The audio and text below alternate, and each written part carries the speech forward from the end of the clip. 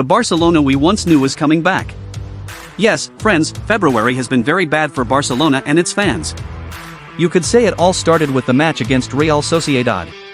Because until that moment, Barca were 4 points ahead of Real Madrid in La Liga and were also in the Copa del Rey semifinals. But at Anoeta, unusual things have always happened. Last year, Lewandowski's perfectly clean goal was disallowed because of an extremely tight offside decision. This year, history repeated itself again when Yamal was ruled offside. As a Barcelona fan, and yes, if you didn't know, I support Barcelona, I can say that these results were not unexpected for me. Because this team was not going to keep winning until the end of the season.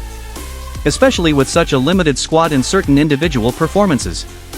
Today, we will talk about how the Barcelona we know is returning to its real level and why the Catalan side are very unlikely to win the Champions League this season. Maybe even in the next 2 or 3 years, the main problems will still remain. Many fans really like Barcelona's style under Flick. Personally, I like it too. No matter how many goals the team conceded, they usually scored more in 1 games.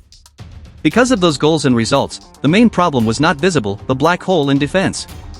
After Inigo Martinez left, Barcelona's defense collapsed. And it's not only about the offside traps. Barca are conceding goals in very simple situations. The team captain, Ronald Araujo, at the exact moment the club needed him the most, went through a difficult period and was unavailable for about a month. I repeat, the team captain. Alex Bald and Jules Kound are not even close to the level they showed last season. The reason is unclear. Bald's main mistake is joining the attack too much and then failing to recover in time during counterattacks. As for Kound, almost any winger in the world can beat him in one-on-one dribbling situations, even Rashford. Because of these defensive problems, Pau Cubarcia's performances are also declining. No matter how hard he tries, as long as Bald and Kound struggle on the flanks, Barcelona will continue conceding goals. Right now, the most reliable defenders are Eric Garcia and Gerard Martin.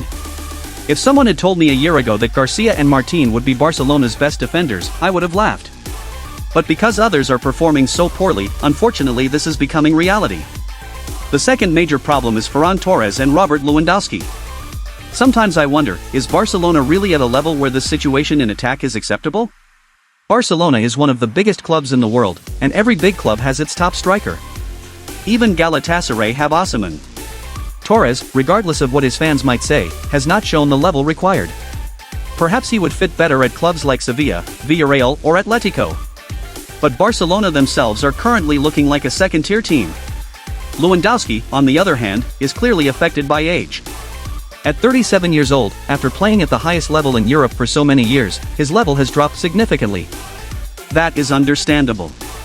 He could have moved to Saudi Arabia like others, but instead he stayed. Let me remind you, Lewandowski is the highest-paid player at Barcelona.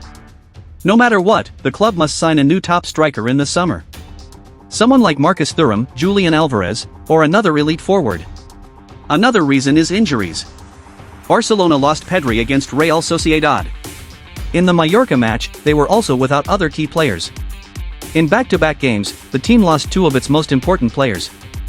Without Pedri, the midfield looks completely different, similar to Real Madrid's midfield struggles last year. There are not many strong options on the bench either.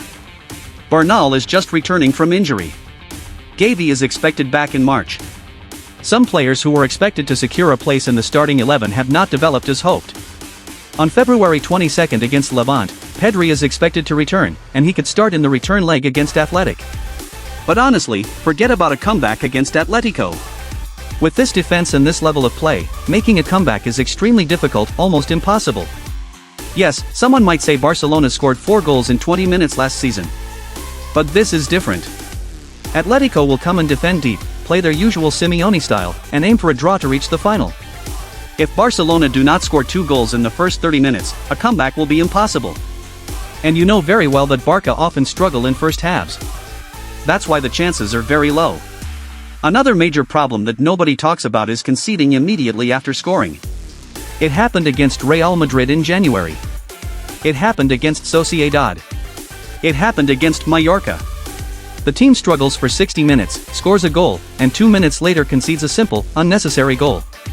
After scoring, the team should gain confidence and push for another goal like Germany did against Brazil. But at Barcelona, it doesn't work like that. They score, then mentally switch off. If Barcelona continue playing like this, they could lose La Liga and the Copa del Rey. The cup is almost gone already. Talking about the Champions League is unrealistic. If, for example, they happen to face teams like Bayern Munich or Manchester City, it would be extremely difficult with this current level. And finally, a message to some Real Madrid fans, not all, but some. Saying that this is the weakest Real Madrid while players like Mbappe, Vinicius, Bellingham, Courtois and Valverde are in the squad is absurd. That sounds like something school kids would say. At the same time, this is not prime Barcelona either. With these kinds of problems, they are becoming an average team. Prime Barcelona didn't beat Real Madrid 3-2 or 4-3. They won 5-0, 6-2, 4-0, 5-1. Anyway, the season is not over yet. Everything is still ahead. Write your opinions in the comments and don't forget to subscribe to the channel. See you in the next video.